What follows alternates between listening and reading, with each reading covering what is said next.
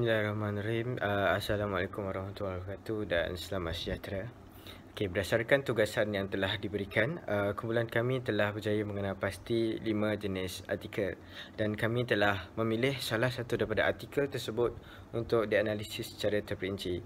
Untuk itu, sebelum kita teruskan kepada peringkat seterusnya, ingin saya memperkenalkan diri saya. Saya Muhammad Wafi bin Muhammad Nur. Seterusnya, ahli kumpulan saya ialah Caroline Liu dan juga Raimi Syazwan. Baiklah, kami telah membahagikan tugas-tugas kajian ini kepada beberapa bahagian yang akan diterangkan pada peringkat seterusnya.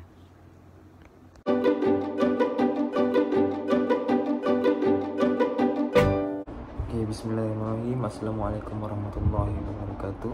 Okay, baiklah. Hari ini saya, Raimi, Wafi dan Kiril akan membentangkan tugasan tentang pendidikan yang telah kami buat, iaitu memilih artikel. Okey, baiklah. Pertama sekali kami telah memilih artikel yang bertajuk Tinjauan Kesalahan Cara Menulis Kata Sendi Nama D dalam Penyelesaian Karangan Bahasa Melayu tahun 5. Okey, baiklah, saya akan teruskan dengan jadual analisis metodologi kajian. Okey, pertama sekali reka bentuk dan kajian. Okey, reka bentuk dan kajian yang kami pilih ini berbentuk kualitatif.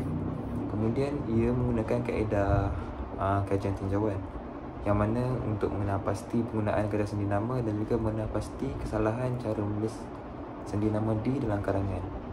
Okey, kemudian untuk persamplan dalam kajian ini menggunakan 8 orang murid daripada kelas kepada pekaji-pekaji lain atau maklumat berkenaan dengan masalah yang dihadapi oleh murid sekolah rendah ini. Okey, seterusnya untuk persamplan. Okey, kepentingan persamplan yang ada dalam kajian ni, yang pertama sekali untuk fokus dan membantu dapatan kajian.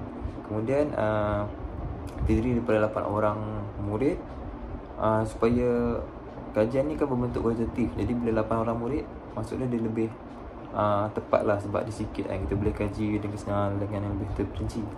Kemudian terdiri daripada lelaki dan perempuan, supaya data yang diperoleh seimbang. Maksudnya kat sini kita tak pilih lelaki-lelaki semua, perempuan semua, sebab kita mementingkan dapatan kajian kita ni seimbang.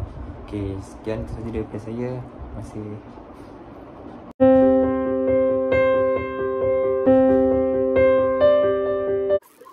Salam sejahtera saya ucapkan kepada doktor dan rakan-rakan sekalian. Saya akan teruskan pembentangan kumpulan kami dengan tajuk Instrumen Kajian dan Kesahan dan Kebolehpercayaan Kajian. Sebelum kita pergi yang lebih lanjut, kita lihat sedikit definisi instrumen kajian terlebih dahulu. Apakah itu instrumen kajian? Instrumen kajian ini merupakan alat yang digunakan oleh penyelidik ketika menjalankan sesuatu penyelidikan. Selain itu, instrumen kajian ini juga merupakan asas bagi memperoleh data yang dikehendaki oleh penyelidik untuk mencapai objektif kajian. Oleh itu, instrumen kajian ini merupakan alat atau pengukur yang digunakan sepanjang penyelidikan untuk kita mengumpul data atau memperoleh data bagi melihat sama ada objektif kajian itu tercapai ataupun tidak. Ini merupakan contoh-contoh instrumen kajian kualitatif seperti temu bual dan analisis dokumen. Seterusnya, kita lihat kepada instrumen kajian yang digunakan oleh pengkaji. Baiklah, berdasarkan petikan yang dipilih, iaitu di bahagian kiri, merupakan petikan yang saya petik daripada artikel yang dipilih. Berdasarkan petikan ini, kita boleh melihat bahawa instrumen kajian yang digunakan ialah yang pertama, pemerhatian, yang kedua, temu bual, dan ketiga, analisis dokumen. Kita akan pergi satu persatu. Okey, pemerhatian. Berdasarkan petikan di sebelah kiri, saya telah merumuskan dalam bentuk yang lebih ringkas, iaitu di sebelah kanan. Kita boleh lihat bahawa pengkaji telah menyediakan satu senarai sema agar pemerhatiannya dapat berjalan dengan lancar. Seterusnya, pemerhatian ini akan dijalankan pada sesi pengajaran dan segala kesalahan karangan juga direkod oleh pengkaji dalam buku rekodnya. Perkara yang diperhati adalah dari segi kesalahan menulis kata sendi nama, dari dan daripada dalam ayat yang dilakukan oleh murid. Seterusnya, kita lihat kepada temu bual. Berdasarkan teks ini, temu bual yang dijalankan oleh pengkaji ialah temu bual secara berstruktur.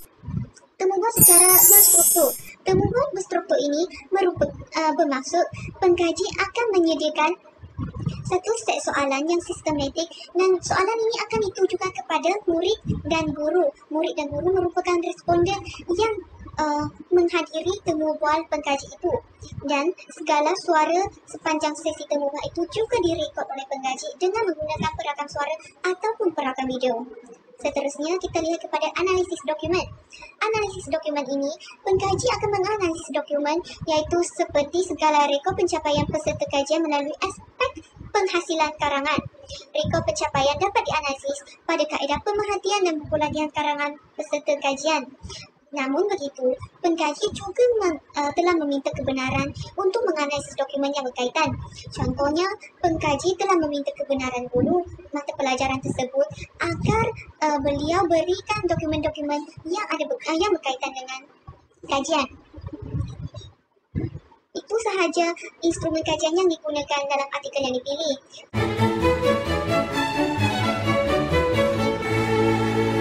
Seterusnya, saya akan pergi kepada kesahan dan kebolehpercayaan kajian tersebut.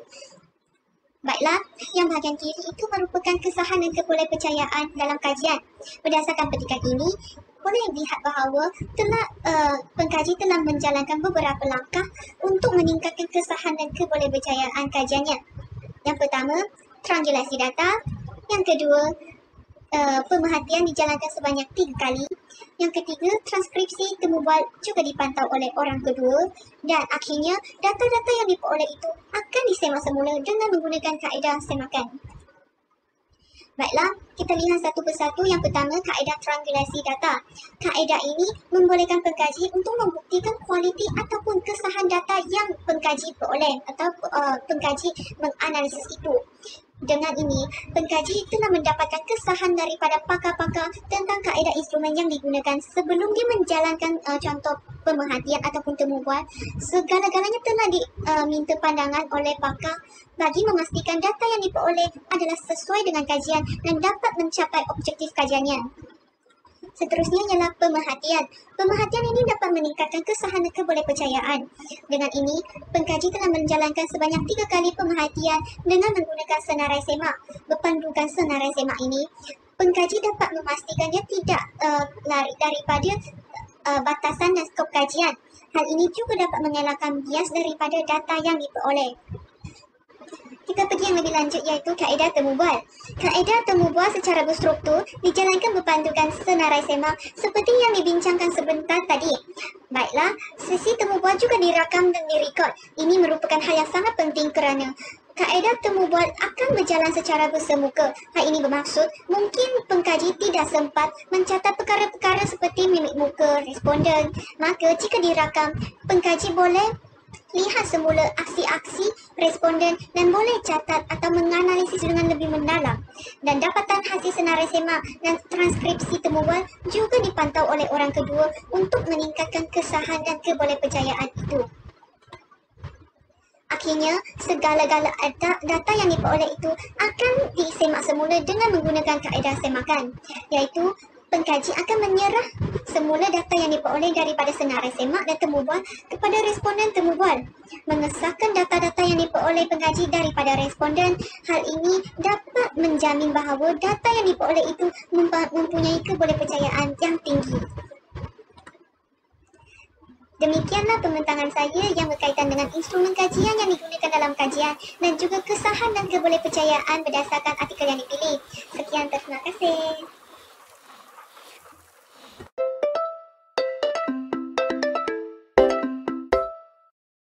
Okey, baiklah, saya akan teruskan dengan yang pertama, iaitu analisis data yang pertama, iaitu melalui pemerhatian. Okey, data-data peserta kajian akan dikumpul melalui pemerhatian melalui latihan penulisan karangan. Pemerhatian dibuat sebanyak 3 kali bagi mengesahkan data. Peserta kajian diberikan tajuk karangan yang berbeza. Seterusnya, data daripada pemerhatian dicatat dan dalam senarai semak. Pemerhatian kali ketiga akan mendukung data yang diperolehi dalam pemerhatian kali pertama dan kedua. Sokongan data antara pemerhatian berkala ini menunjukkan bahawa peserta kajian mempunyai masalah tentang cara menulis kata sendi nama di dalam penulisan karangan mereka. Okey, pemerhatian ini dilakukan sebanyak 3 kali bagi memastikan data yang didapati adalah jitu dan tepat. Seterusnya, bagi kaedah yang kedua iaitu kaedah temu bual. Pengkaji akan menjadikan 10 soalan contoh soalan berstruktur kepada responden.